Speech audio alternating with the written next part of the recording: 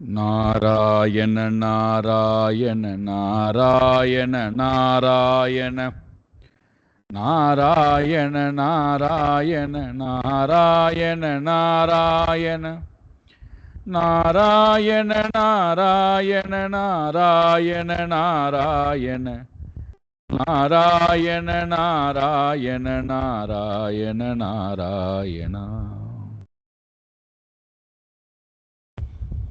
ஓம் சகனா பவது சகனௌ புனக்து சக வீர்யங்கரவாவகை தேஜஸ்வினாவதீதமஸ்து மா வித்விஷாவகை.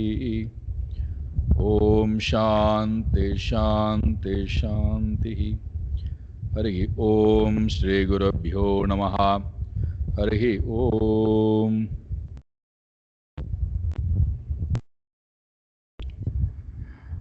முதல் தசகம் சாக்ஷாத் பரமாத்மா அவருடைய ஸ்வரூபம். முதல் பாடலிலேயே அவருடைய ஸ்வரூபத்தை சொல்லிடுறார். சச்சிதானந்த ஸ்வரூபம். அந்த சச்சிதானந்த ஸ்வரூபம் தான் ஜீவனுடைய ஸ்வரூபம். இதை உணர்த்தி காட்டுவதற்காக இருக்கக்கூடிய நேரடியாக இருக்கக்கூடிய மூர்த்தி குருவாயூரப்பனாக இருக்கிறார். இது நம்ம பார்த்தோம். அப்போ அவனை அடைய வேண்டியது ஜீவன் தன்னுடைய சொரூபத்தை அடைய வேண்டியது. அந்த சொரூபம் என்னது? புருஷார்த்தாத்மகம் பிரம்ம. அந்த அந்த ஆத்மாதான், பிரம்மன் தான் ஆத்மாவாக இருக்கார். அதுதான் புருஷார்த்தம், அடைய வேண்டிய இலக்கு. அதை யார் அடைகிறார்களோ அவர்கள் பாக்கியவான்கள் அப்படின்னு நமக்கு அறிமுகப்படுத்தினார். அதை அடைவதற்கு தடையாக இருக்கக்கூடிய வஸ்துவை இரண்டாவது தசகம் முழுக்க சொல்லி அதை நீக்குவதற்கு உண்டான உபாயத்தை இரண்டாவது தசகத்திலே கடைசியில சொல்லி முடிக்கிறார். இரண்டாவது தசகத்துல பார்த்தோம் என்றால் இரண்டு சாதனங்களை அறிமுகப்படுத்துகிறார். ஒன்று கர்ம யோகம், மற்றொன்று ஞான யோகம். இந்த இரண்டு சாதனங்களையும் அறிமுகப்படுத்திய நம்பூதிரி இந்த இரண்டு சாதனங்களுமே மிகவும் கடினமானது. ஒன்றை ஒன்று கடினமானதாக இருக்கின்றது.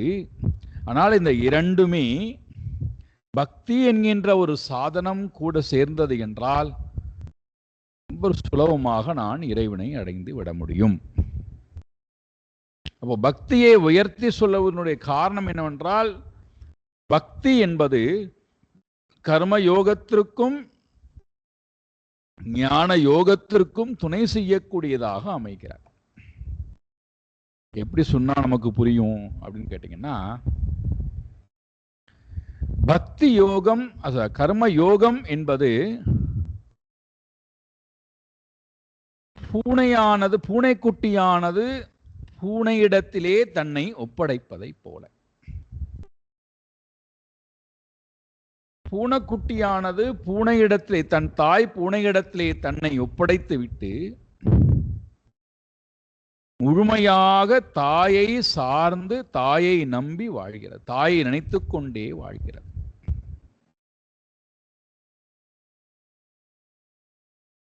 கர்ம யோகம் என்பது அதை போன்றது.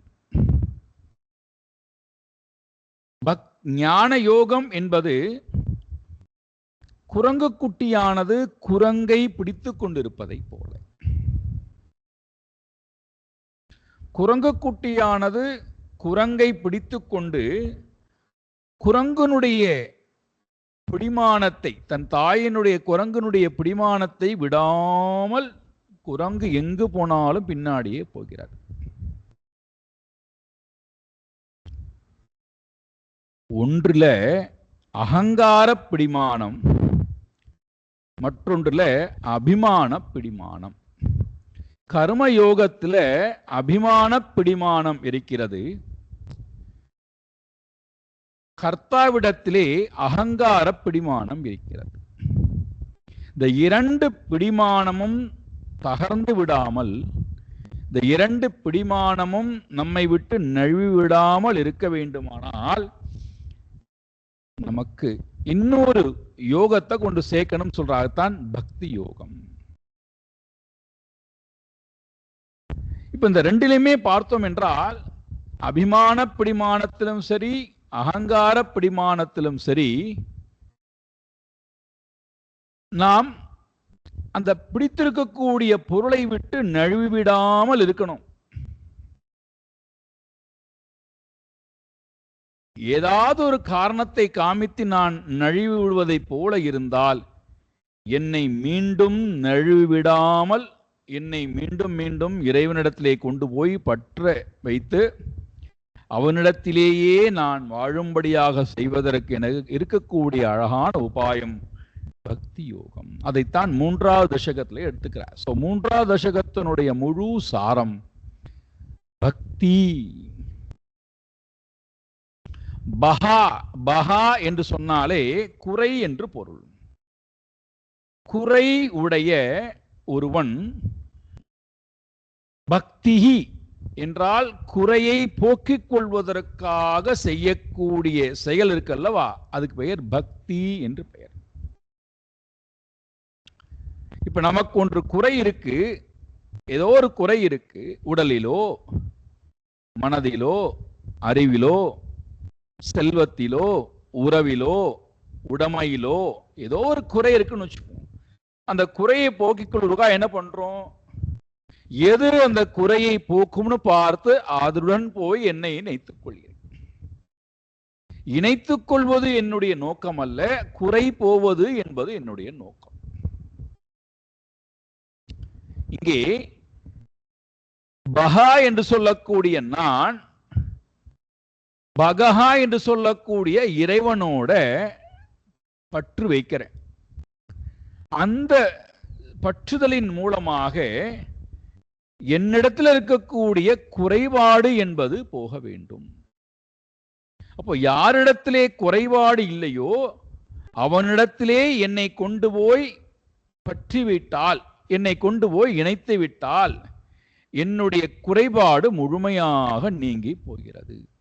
இங்க முக்கியமான நோக்கம் குறைபாடு நீங்குவதற்குத்தானே தவிர குறைபாட்டை சரி செய்வதற்காக அல்ல. ஒவ்வொரு குறைபாடாக வந்து அந்த ஒவ்வொரு குறைபாட்டையும் நான் நிவர்த்தி செய்து கொள்வதற்காக அல்ல, குறைபாடே இல்லாமல் செய்வதற்காக நான் குறைபாடு அற்ற அந்த பரம்பொருளை நாடுவதற்கு பெயர், உடலால் வாக்கால் மனதால் நாடுவதற்கு பெயர் பக்தி என்று பெயர். இப்ப நேரடியாக பக்தன் பகவானுடைய சொரூபத்தை நாட முடியவில்லை. ஏன்னா பகவான் யாருன்னு உனக்கு தெரியல. எங்க இருக்கார், எப்படி அவரிடத்திலே பக்தி வைப்பது, எப்படி அவரை நான் நாடுவது என்று எனக்கு தெரியவில்லை. அப்ப எனக்கு சாஸ்திரமானது உறுதுணையாக வருகிறது.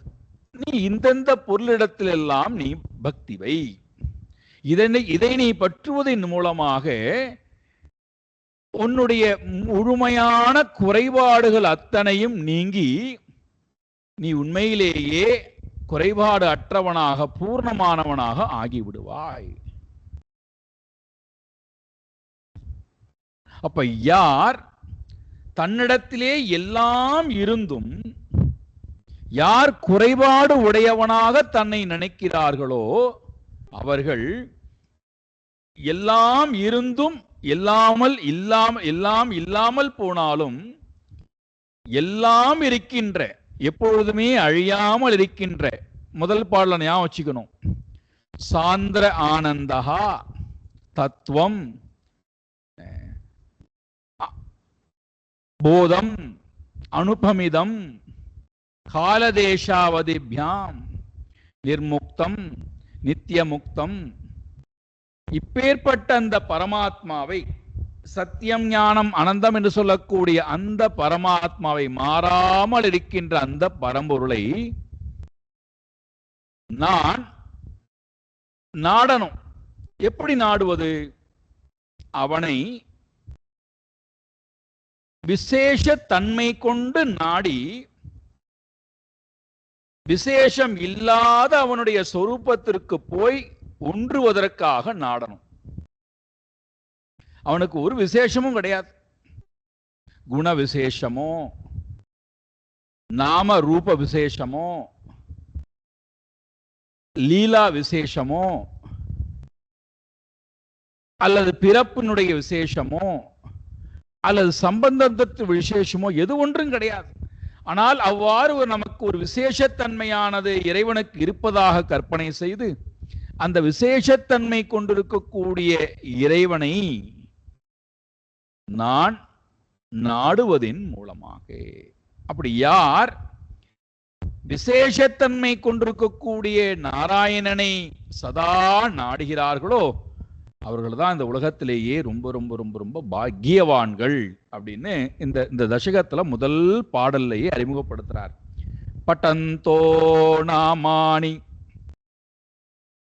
பிரமத பரசிந்தௌ நிபதிதாஹ ஸ்மரந்தோ ரூபம் தே வரத கதயந்தோ குணகதாஹ சரந்தோ யே பக்தாஹ த்வயி खलु रमन्ते परममून् अहं धन्यान् मन्ये समधिगत सर्वाभिलषितान्.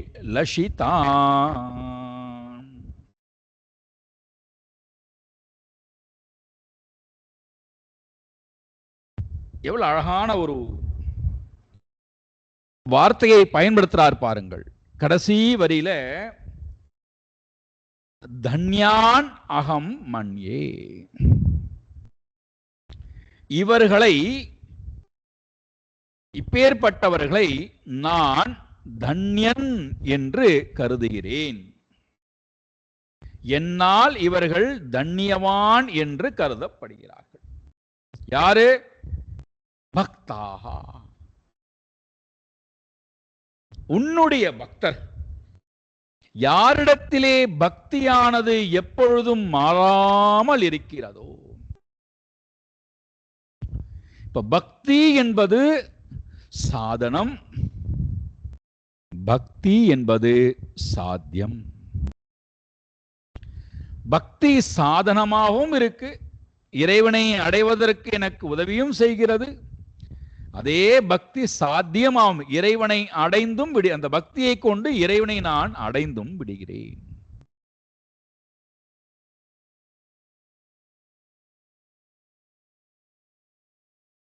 அப்ப இங்க அப்பேற்பட்ட அந்த பக்தியை யார் தன்னுடைய வாழ்க்கையிலே எப்பொழுதுமே வைத்துக் கொண்டிருக்கிறார்களோ அவர்கள்தான் உண்மையில் செல்வந்தர்கள். தன்யகா என்றால் பாக்கியவான்கள். உண்மையிலேயே அவர்கள்தான் செல்வந்தர்கள், அவர்கள்தான் உண்மையிலேயே ஆனந்தமானவர்கள். யாரிடத்திலே பக்தியானது வந்து வந்து போகிறதோ அவர்கள் தன்யவான்கள் அல்ல. யாரிடத்திலே பக்தியானது எப்பொழுதுமே இருக்கிறதோ அவர்கள் உண்மையிலேயே பாக்கியவான்கள். இது என்னுடைய கருத்து. அவர்கள் என்ன செய்கிறார்கள்? நாமானி பட்டந்தோ, பகவானுடைய நாமத்தை, நாம வைபவத்தை சாஸ்திரத்தின் துணை கொண்டு படிக்கிறார்கள். அப்போ சாஸ்திரமானது என்ன செய்கிறது? பக்தி கிரந்தங்கள் என்ன செய்கிறது? இறைவனுடைய நாம வைபவத்தை ஸ்லாகித்து பேசுகிறார். யார் ஒருத்தருக்கு நாமமே இல்லையோ அப்பேற்பட்டவருக்கு ஒரு நாமத்தை கற்பித்து இப்பேற்பட்ட நாமத்துக்கு சொந்தக்காரர் என்று விரிவாக பேசும்போது அந்த நாமத்தை திரும்ப திரும்ப திரும்ப நான் படிப்பதின் மூலமாக என் நாமத்தை நான் இழக்கிறேன், நாம அபிமானத்தை நான் இழக்கிறேன். என் நாமத்தில் இருக்கக்கூடிய குறைபாடானது அதன் மூலமாக நீக்கப்படுகிறது. நாம அபிமானம் நீக்கப்படுகிறது. நாமத்தின்பால் கொண்ட மோகம் நீக்கப்படுகிறது. நாமத்தினாலே வந்த தோஷங்கள் குறைகள் எல்லாம் நீக்கப்படுகிறது. உயர்ந்து இருக்கக்கூடிய பகவானுடைய நாமத்தை நினைப்பதின் மூலமாக என்னுடைய மனம் அவனிடத்திலே ஆழ்ந்த ஈடுபாடு கொண்டதாக மாறுகிறது. எப்பொழுதெல்லாம் இறைவனுடைய நாமத்தை நினைக்கிறேனோ அப்பொழுது என்னுடைய நாமத்தை நான் இழக்கிறேன். எவ்வளவு பெரிய மருந்து பாருங்கள். இரண்டாவது, ஸ்மரந்தோ ரூபம் தே தே, உன்னுடைய ரூபத்தை, ஸ்மரந்தஹா மனமானது கண்ணானது உன்னுடைய ரூபத்தை தொடர்ந்து எண்ணட்டும் எண்ணட்டும் எண்ணட்டும். அவ்வாறு யார் தொடர்ந்து உன்னுடைய ரூபத்தையும் உன்னுடைய வைபவத்தையும் சதா எண்ணிக்கொண்டே இருக்கிறார்களோ அப்பேற்பட்டவர்கள் தன்யவான்கள். உன்னுடைய நாமத்தை படிக்கக்கூடியவர்கள் தன்யவான்கள். உன்னுடைய ரூபத்தை ஸ்மரிக்கக்கூடியவர்கள், ஸ்மரணம் செய்யக்கூடியவர்கள் தன்யவான்கள். இறைவனுடைய ரூபத்தை நினைக்க நினைக்க நம்முடைய ரூபத்தில் இருக்கக்கூடிய அபிமானம் நீக்கப்படுகிறது. நம்முடைய ரூபத்தில் இருக்கக்கூடிய குறைபாடுகள் நீக்கப்படுகிறது. நம்முடைய ரூபத்தில் இருக்கக்கூடிய ஏற்றத்தாழ்வுகள் விளக்கப்படுகிறது. நம்ம ரூபத்தின் மூலமாக வந்திருக்கக்கூடிய வேற்றுமைகள் பேதங்கள் நீக்கப்படுகிறது. நம்முடைய ரூபத்தில் இருக்கக்கூடிய தோஷங்கள் அத்தனையும் நீக்கப்படுகிறது. ரூபத்தினாலே வந்திருக்கக்கூடிய பற்றுதல் நீக்கப்படுகிறது. இறைவனுடைய ரூபத்தை தொடர்ந்து நினைக்கும் கால். அம்பு படுக்கையிலே படுத்துக் கொண்டிருக்கக்கூடிய பீஷ்மாச்சாரியர் உடம்பு முழுக்க சல்லடை போட்டு அரித்தால் எப்படி இருக்குமோ அதே போல தொலைத்து இருக்கிறானாம் அர்ஜுனனுடைய அம்பு. இனிமேல் அம்பு போடுவதற்கு பீஷ்மருடைய உடம்பிலே இடம் இல்லை, அவ்வாறு தொலைத்திருக்கிறான். அதோட சேர்ந்து அம்பு படுக்கையிலே உடம்பானது கிடத்தப்பட்டிருக்கிறது. நாராயண பரமாத்மா யுதிஷ்டிரரை அழைத்து கொண்டு வந்து உபதேசம் செய்வதற்காக வருகிறார். பரமாத்மாவை பார்த்த மாத்திரத்திலேயே, கண்களும் மனதும் பருகிய மாத்திரத்திலேயே உடம்பு அம்பால் தொலைக்கப்பட்டிருக்கக்கூடிய அந்த வலி போய்விட்டது. உடலிலே அம்பு இருப்பது கூட தெரியவில்லை. உடல் ரோகம் போய்விட்டது. உடலை மறந்தார். நாராயணனையே நினைத்துக் கொண்டிருக்கார். நாராயணனையே நினைச்சுட்டு இருக்கார். அப்ப நமக்கு உடல்ல வரக்கூடிய ரோகங்கள், உடலின் மூலமாக வரக்கூடிய ஏற்றத்தாழ்வுகள், அது கொடுக்கக்கூடிய வலி, இதெல்லாம் நம்முடைய உடம்பை நினைப்பதனாலே மாறாக எந்த ஒரு பக்தன் தே ரூபம் ஸ்மரந்தி, யார் உன்னுடைய ரூபத்தை தொடர்ந்து ஸ்மரிக்கிறார்களோ, யார் கண்ணாலும் மனதால் உன்னுடைய ரூபத்தை பருகுகிறார்களோ தே தன்யாஹா புவி, அவர்கள் இந்த உலகத்திலே உண்மையிலேயே தன்யவான்கள், பாக்கியவான்கள். மூன்றாவது, குணகதாஹா கதயந்தஹா, யார் உன்னுடைய குணத்தை, குணக்கதைகளை கதயந்தஹா கேட்கிறார்களோ, பேசுகிறார்களோ, சொல்லுகிறார்களோ அவர்கள் உண்மையிலேயே தன்யவான்கள்.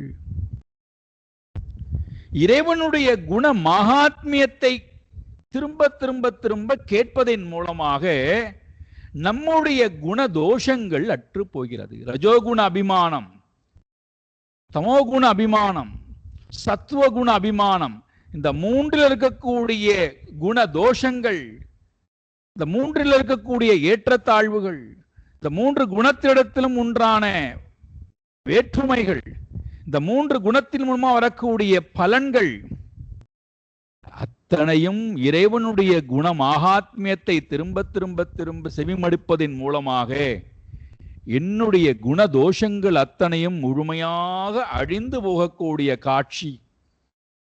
நான் கஷ்டமே பட வேண்டாம், எனக்கு இவ்வளவு குண தோஷம் இருக்கேன். இறைவனுடைய குண மகாத்மியத்தை நான் கேட்ட மாத்திரத்திலேயே, கேட்டுக்கொண்டே இருக்கின்ற மாத்திரத்திலேயே என்னுடைய குண மாகாத்மியங்கள், என்னுடைய குண தோஷங்கள் அத்தனையும் நீங்கி போகிறது. குணங்கள் அற்றவனாய் இறைவன் நிர்குண பரமாத்மா, நானும் அந்த நிர்குண ஸ்வரூபத்தை பக்தியினாலேயே அடைந்து விடுகிறேன்.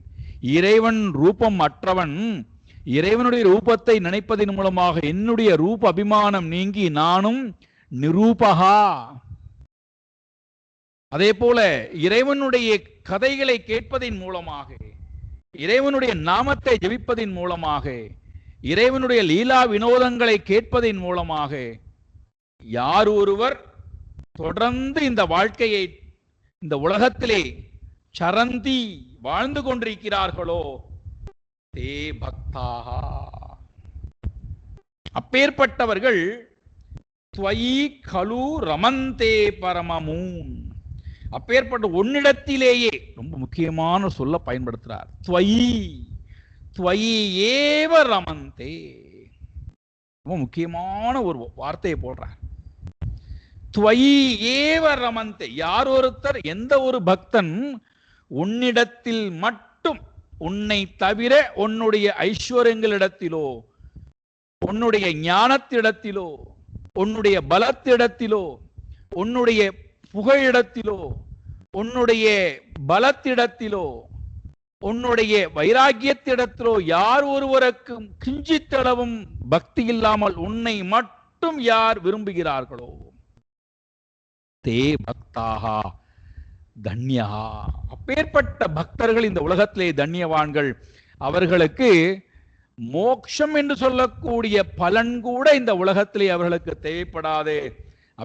அப்பேற்பட்டவர்கள் உன்னிடத்திலே மட்டுமே ரமிக்கிறார்கள். அப்பேற்பட்டவர்கள் இந்த உலகத்திலே மேலான மேலான தன்யவான்கள், பாக்கியவான்கள். அப்பேற்பட்ட பக்தர்கள் உன்னை சதா சர்வ காலமும் நினைக்கின்ற காரணத்தினாலே உன்னுடைய குணத்தை, உன்னுடைய ரூபத்தை, உன்னுடைய நாமத்தை, உன்னுடைய பிறப்பை, உன்னுடைய சம்பந்தத்தை, இதெல்லாவற்றையும் கடந்து உன்னையே யார் நினைக்கிறார்களோ அப்பேற்பட்ட பக்தர்கள் இந்த உலகத்திலே 2 விதமான துன்பத்திலிருந்து விடுபடுகிறார்கள் என்று 2வது பாடல சொல்றார். கத கிளிஷ்டம் கஷ்டம் தவ சரண சேவா ரசபரேபி அநாசக்தம் சித்தம் பவதி பத விஷ்ணு குருதயா பவத்பாதாம்போஜ ஸ்மரண ரசிகோ நாம விவஹான் அகம் காயம் காயம் புகச்சன விவசத்ஸ்யாமி விஜனே. 2 விதமான கஷ்டங்கள். கத கிளிஷ்டம் கஷ்டம், ஒன்று புறத்திலிருந்து வருகின்ற கஷ்டம், மற்றொன்று அகத்திலிருந்து வருகின்ற கஷ்டம். புற கஷ்டத்தை நான் நிவர்த்தி செய்து கொள்வதற்கு வைராக்கியம், அக கஷ்டத்தை நான் நிவர்த்தி செய்து கொள்வதற்கு பக்தி. இந்த 2ஐயும் கொடுப்பது பக்தி. புறத்திலிருந்து வரக்கூடிய ரோகங்கள், வியாதிகள், சீதம் உஷ்ணம், மரணம், ஜனனம், ஜரா ஜன்ம மிருத்யு, ஜரா வியாதி, துக்கம், இதெல்லாம் புறத்திலிருந்து வரக்கூடியவை. அகத்திலிருந்து வரக்கூடிய கஷ்டங்கள் பூர்வ ஜென்ம வாசனையினாலே வந்திருக்கக்கூடிய அறியாமை, அகங்காரம், ராகத்வேஷம், பற்றுதல், பயம், இதெல்லாம் அகத்தில் இருக்கக்கூடிய கிருஷ்டங்கள். இவைகள் அத்தனையும் இறைவனை ஸ்மரித்த மாத்திரத்திலேயே விலகி போகின்றது, நீக்கப்படுகின்றது. உன்னுடைய தயவுனாலே இது நடக்கின்றதப்பா. யார் உன்னுடைய பாதார விந்தத்தை சதா சர்வ காலம் பவத் பாதாம்போஜ ஸ்மரண ரசிகோ நாம நிவஹான் அகம் காயம் காயம் குஹசன விவசத்ஸ்யாமி விஜனே. அப்போ இறைவனை நான் பக்தியுடன் நாடுவதின் மூலமாக எனக்கு என்ன லாபம்? புறக்கஷ்டங்கள் பக்தியினால் நீக்கப்படுகிறது, அகக்கஷ்டங்கள் பக்தியினால் நீக்கப்படுகிறது. அப்போ அறியாமை வரைக்கும் நீங்கி போயிடும். அறியாமை வரைக்கும் நீங்குவதற்கு எது ஒன்று சாதனமாக இருக்கிறதோ அந்த பக்தியை யார் ஒருத்தன் செய்கிறானோ அவன் தன்யன், அவன் உண்மையிலேயே பாக்கியவான். அப்பேற்பட்ட தன்யனை நான் வணங்குகிறேன், போற்றுகிறேன். இதெல்லாம் எப்படி கிடைக்குமா? கிருபாச்சே கிருபாதே ஜாதாச்சே. உன்னுடைய கிருபை இருந்தா இதெல்லாம் கிடைக்கும்பா. உன்னுடைய கிருபை இல்லை என்றால், உன்னுடைய காருண்யம் இல்லை என்றால் நிச்சயமாக இவைகள் எதுவும் எனக்கு கிடைக்காது. சரி, இப்படி பக்தி செய்து யாராவது அடைந்திருக்கிறார்களா என்றால் நாரத மகரிஷியை உதாரணம் கொடுக்கிறார், வியாச வாக்கியத்தை உதாரணம் கொடுக்கிறார். அப்ப இந்த பக்தி என்ன செய்கிறது? எப்படி ஒரு சாப்பாட்டை உள்ளே நான் போட்டால் 3 விதமான பலனை கொடுக்கிறதோ, பசி ஆறுதல், சந்தோஷத்தை கொண்டு வருதல், ஆரோக்கியத்தை கொண்டு வருதல் என்பது ஏற்படுகிறதோ, அதே போல பக்தி என்பது எனக்கு 3 விதமான நன்மையை கொடுக்கிறது. ஒன்று, எல்லா தாபத்திலிருந்தும் எனக்கு விடுதலையை கொடுக்கிறது. ஆத்தியாத்மிக, ஆதி பௌதிக, ஆதி தெய்வீகம் என்று சொல்லக்கூடிய 3 விதமான தாபத்திலிருந்து விடுதலையை கொடுக்கிறது.